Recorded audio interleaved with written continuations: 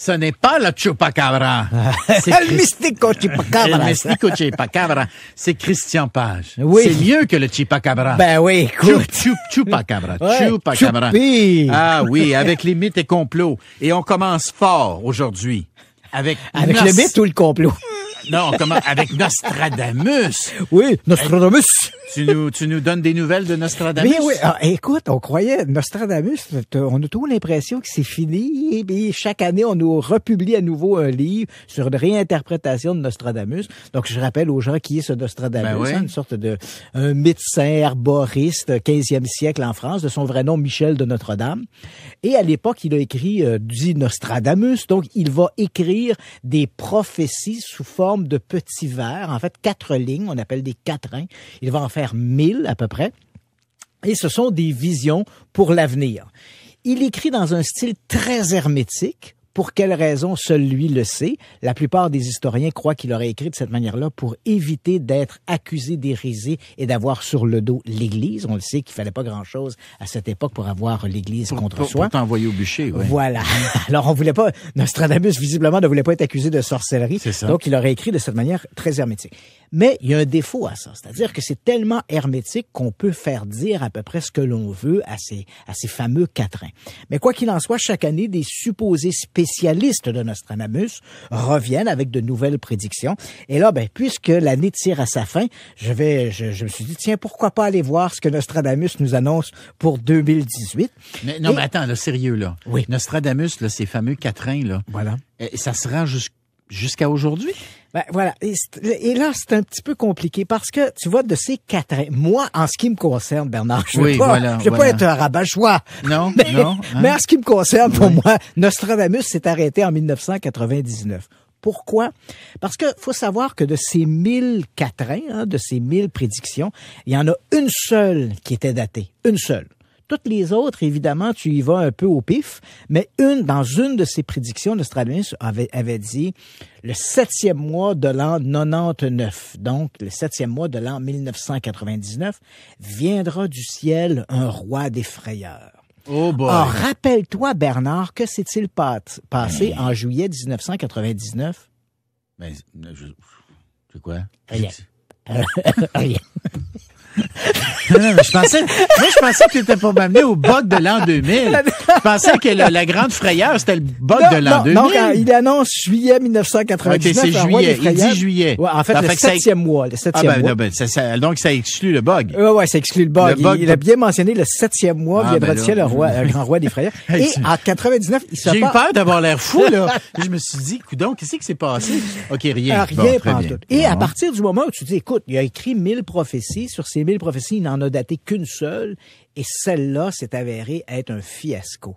Alors, pourquoi devrais-je m'attarder aux autres prophéties qui deviennent évidemment des interprétations beaucoup plus laxistes puisqu'elles n'ont pas de date précise? Mais quoi qu'il en soit, écoute, pour 2018... ça va pas nous arrêter pour autant. Oh, ça, absolument pas! Les sceptiques seront confondus. Ah oui, et les cons seront fondus. Oui, aussi. Et là, voilà, on nous annonce, écoute, celle-là est quand même étonnante. On nous annonce la disparition de l'Israël. Et on nous annonce la disparition de l'Israël. Et tout ça dans un conflit qui sera déclenché par Donald Trump.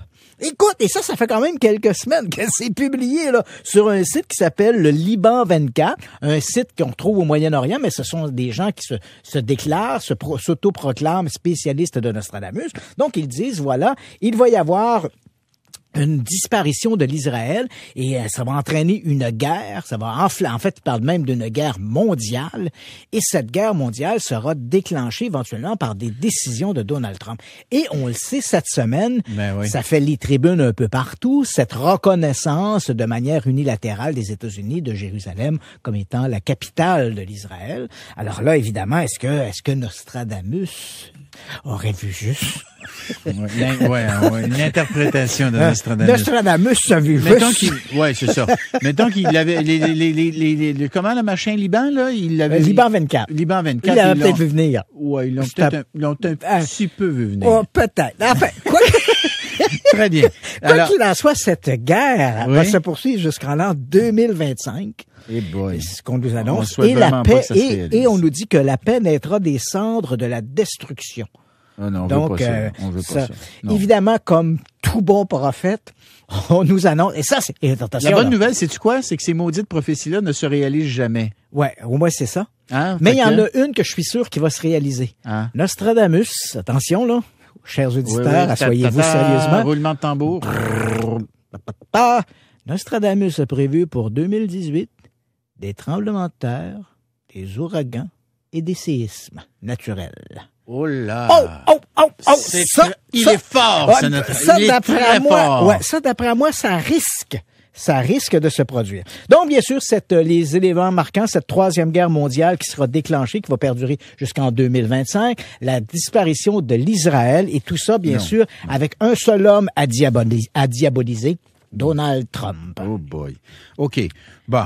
On prend ça avec beaucoup de légèreté. Oh. Et on s'arrête un instant parce qu'au retour, hein, on a quand même des choses très importantes à discuter, notamment l'Atlantide. Ah, bien sûr. Qu'on aurait peut-être retrouvé. Peut-être. Oh. Mais à tout le moins, on est en présence d'une énigme historique. Oh oui, c'est ça. L'Atlantide. Écoutez, si vous voulez savoir si on l'a trouvé, vous n'avez d'autre choix Que de chers rester auditeurs. scotché au 98.5. Exactement.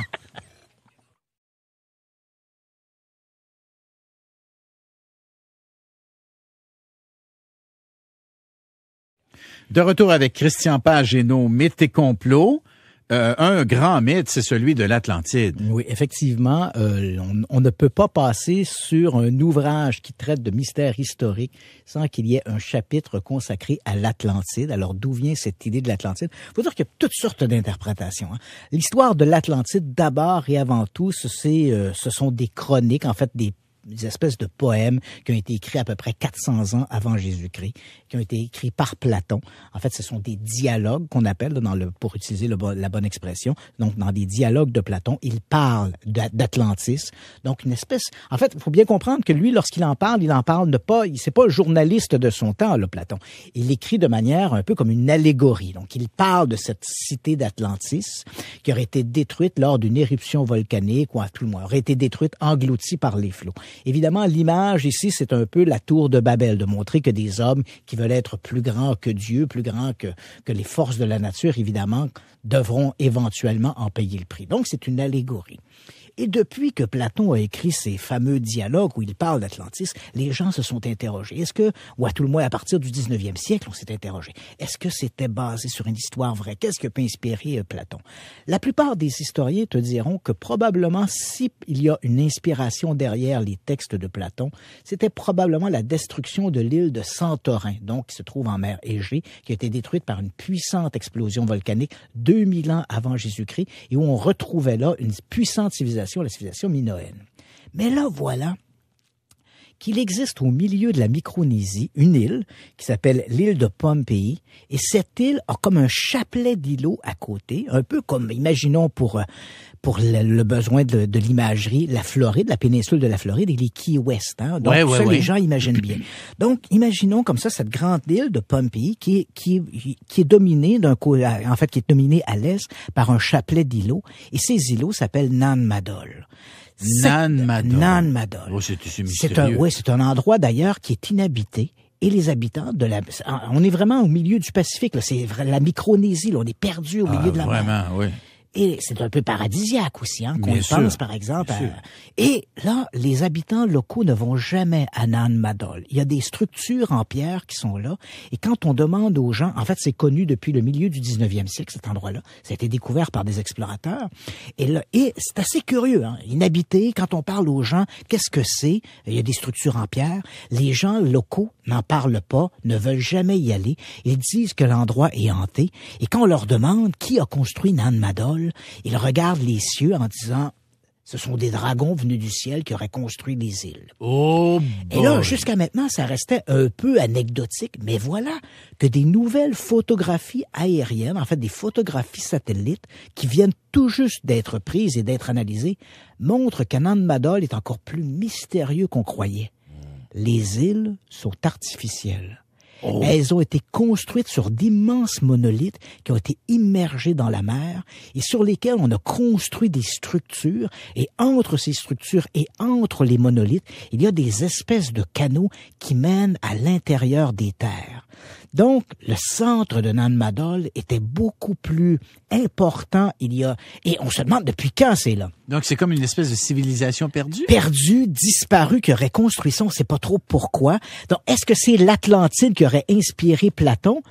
On ne croit pas. En Micronésie. Oui, ouais, voilà, on ne croit pas. Ouais. Et pourquoi? Parce que les archéologues sont à peu près d'avis que Nan Madol, peu importe qui l'a construit, peu importe quel était le centre, est-ce que c'était un centre funéraire, est-ce que c'était un centre religieux, on croit que l'aménagement de ces îlots se serait produit entre l'an 200 après Jésus-Christ. Donc là, on est quand même 600 ans, 700 ans après Platon. Ouais. Donc 200 ans après Jésus-Christ, et probablement que les structures auraient été occupées jusqu'au 14e ou au 15e siècle. Ensuite, elles ont été désertées. Pourquoi? On l'ignore. Mais tu comprends que là, ici, on est en présence d'une double énigme historique. Déjà, les historiens se creusaient la tête sur à quoi servait Nan Madol, qui l'a construit, pourquoi. Et là, maintenant, la structure même, la fabrication, parce que faut que je te dise, Bernard, qu'il n'y a pas de carrière à proximité, des grandes carrières de basalte qui ont servi à faire ces monolithes sur lesquels Nan Madol a été construit. Ça n'existe pas dans la région. Il aurait donc fallu que les gens aillent tailler ces immenses monolithes, qu'ils les transportent, les immergent dans la mer pour ensuite y ériger ces fameux îlots artificiels. C'est peut-être le génie conseil égyptien? Qui sait? En fait, ici, on est en présence, et c'est bien cette réflexion parce qu'un des historiens qui s'est penché sur le mystère de Nan Madol à partir des photographies a dit, on est ici en présence d'une construction encore plus complexe que n'a été la construction de la grande pyramide de Gizeh. Bon, il nous reste 2 minutes. Oui. Il faut parler des extraterrestres. Oui. Il y en a des complots sans les extraterrestres, c'est pas des complots. Et là, voilà que c'est une nouvelle étude. Moi, j'aime beaucoup les études scientifiques. Et là, voilà, c'est une nouvelle étude qui, en fait, elle n'est même pas publiée. Elle ne sera publiée que au mois de janvier. Mais j'ai pu mettre la main sur une copie du texte avant qu'il soit publié. Ah, ben, c'est une primeur encore. Et là, c'est une primeur. Et qu'est-ce que l'on sait? En fait, ce sont un groupe de scientifiques de l'Université de l'Arizona qui se sont posé la question, si demain matin, on annonçait aux gens qu'on a découvert une vie microbienne, on insiste bien, microbienne de nature extraterrestre, que ce soit dans notre système solaire, on en a déjà parlé, peut-être des formes de vie sous Encelade, une des lunes de Saturne, ou même la découverte d'une vie extraterrestre microbienne sur une météorite venant du fin fond de l'espace. Comment les gens réagiraient? Alors, beaucoup de gens disent, ça serait la fin de nos systèmes de religion, tout ça. Et la réponse est non. On a fait différentes expériences. On a amené des gens à se prononcer sur différentes hypothèses. Et généralement, autant du côté des journalistes, autant que du côté du public, la réaction est plutôt positive. Donc, la découverte, et on insiste beaucoup là sur l'existence d'une vie extraterrestre de type microbienne, ne serait pas un petit bonhomme vert qui arrive pour nous détruire. Ça pourrait être juste une bactérie. Une bactérie, ça ne serait pas le chaos ni social ni religieux. En revanche, les chercheurs de l'Université de l'Arizona qui se sont penchés là-dessus ont bien précisé, attention, l'expérience n'a été menée qu'avec un discours de vie microbienne. Si on avait parlé d'une civilisation extraterrestre ou d'une civilisation plus avancée qui est tout près de nous, et comme on ne connaît pas leurs attitudes, seront-ils belliqueux ou non, peut-être que ça aurait changé la donne. Ah, c'est sûr. Mais on peut dire que si demain matin, la NASA annonçait avoir découvert des bactéries, des microbes extraterrestres sous les glaces d'Encelade ou sous les glaces d'Europe, la population, comme l'aurait dit Jean Charest, on est prêt. Nous sommes prêts. Nous sommes prêts. Nous sommes prêts à accueillir des microbes. Fait que là, nous sommes prêts à reconnaître qu'il peut y avoir de la vie ailleurs dans le cosmos, et même si on avait la preuve irréfutable de l'existence de cette vie, ça ne bouleverserait pas trop les concepts religieux, à tout le moins dans les pays occidentaux. On est prêts. J'allais dire, nous voilà tous rassurés, mon cher Christian Page. Ça me fait plaisir, Bernard. Et je rappelle ton émission Mété Complot que tu co-animes avec Jeffrey Soubrani le dimanche de 14h à 16h sur cette antenne. Cette semaine, la question que tu poseras aux auditeurs, croyez-vous aux hominidés inconnus? Hein? Là, on parle de Bigfoot, Yeti, Sasquatch, ces créatures dont on a parlé à quelques reprises. Mais nous, on a réglé ça. Oui, absolument. Nous, on a réglé ça. On a réglé le Yeti. On a réglé le Yeti. Le Yeti est réglé. Le Yeti est réglé. C'est un ours. Un croisement d'ours. Yeti pas assez fin? Yeti pas assez fin? On avance. Un jeu de mots ici. Christian, merci. Ça me fait plaisir, Bernard. J'ai le temps de remercier Maryse, Alexandra et Larry avec qui je prépare cette émission. Et surtout vous, les auditeurs, je vous souhaite une très belle fin de semaine. Allez, on se revoit lundi.